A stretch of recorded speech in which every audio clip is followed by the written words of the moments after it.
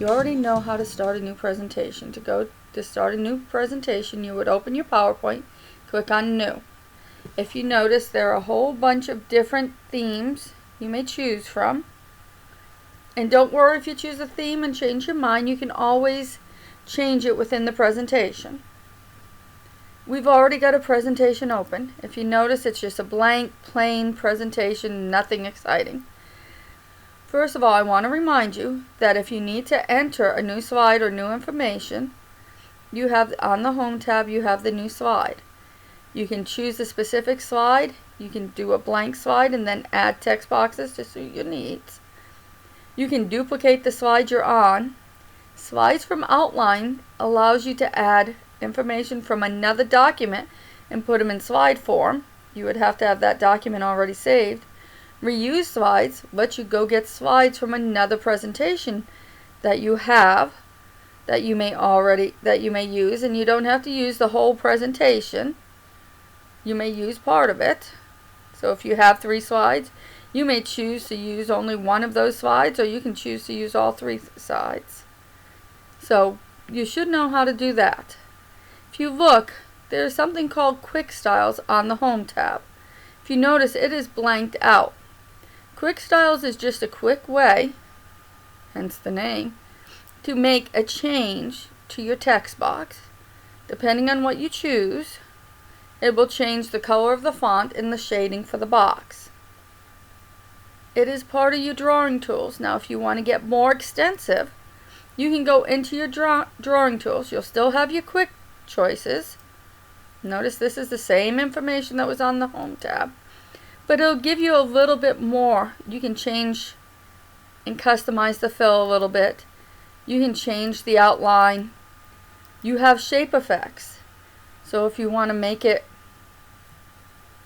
reflective, if you want to have it glow, if you want to soften the edges, if you want to do a bevel, all those appear. You've worked with something very similar in Word, so this should not be anything out of the ordinary. Understand you also have word art styles here, and you can change text. You can change the fill. So we can go with a fill. We can go with a text outline, which is harder to see on what we've chosen. So you have a whole bunch of ways to edit and change your text. You may also add effects. You have text effects. Along with shape effects, you have text effects. A lot of them are very similar.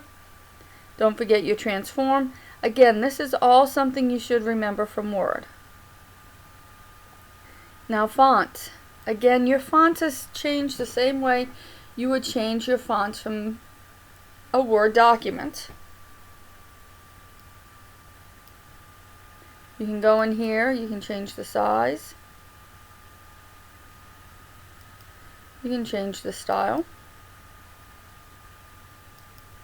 Okay, so everything, like all the font information, you should be aware of. You also have Format Painter. You can highlight.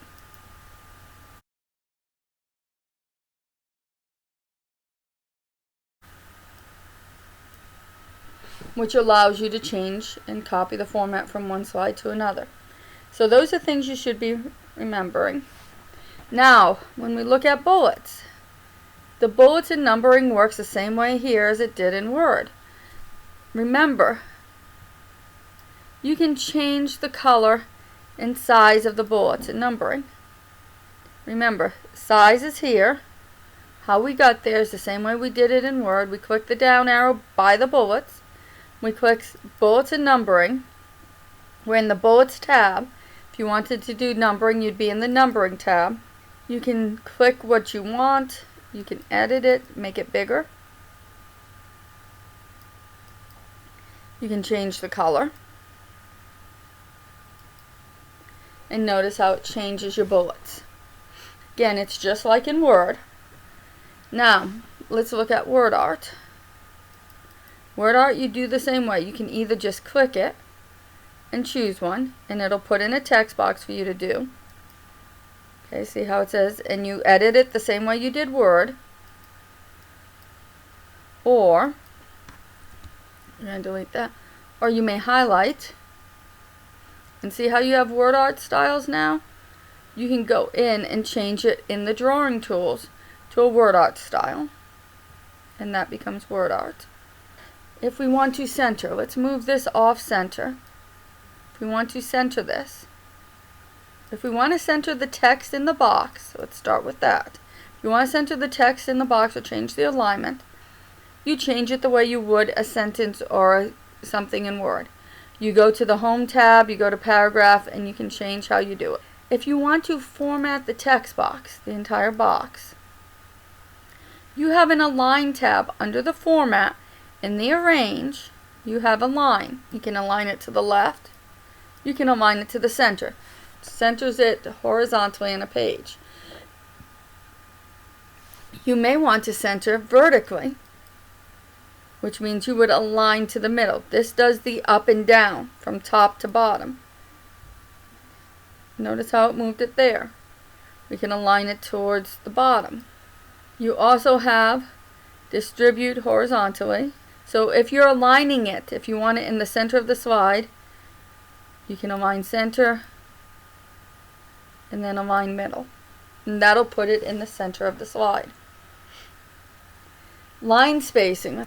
If you want to do line spacing, you would go to the Home tab.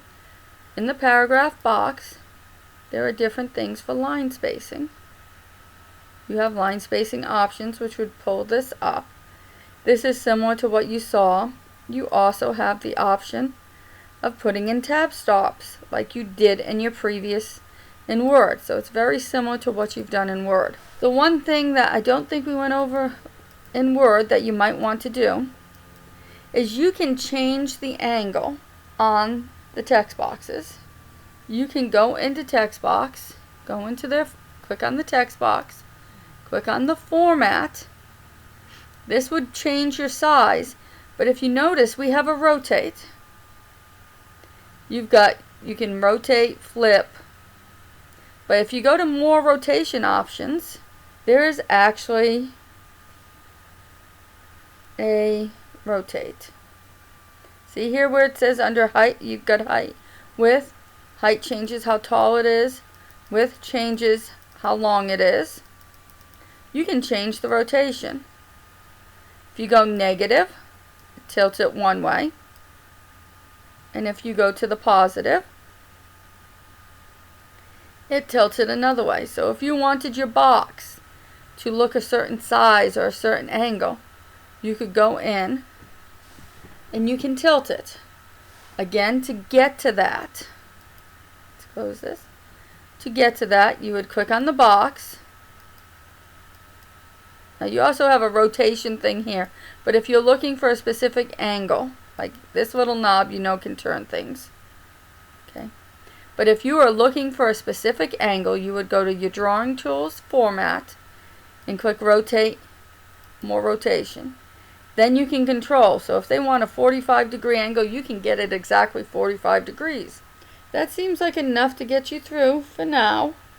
We'll go over some other stuff. This was basically a review of how PowerPoint is similar to Word.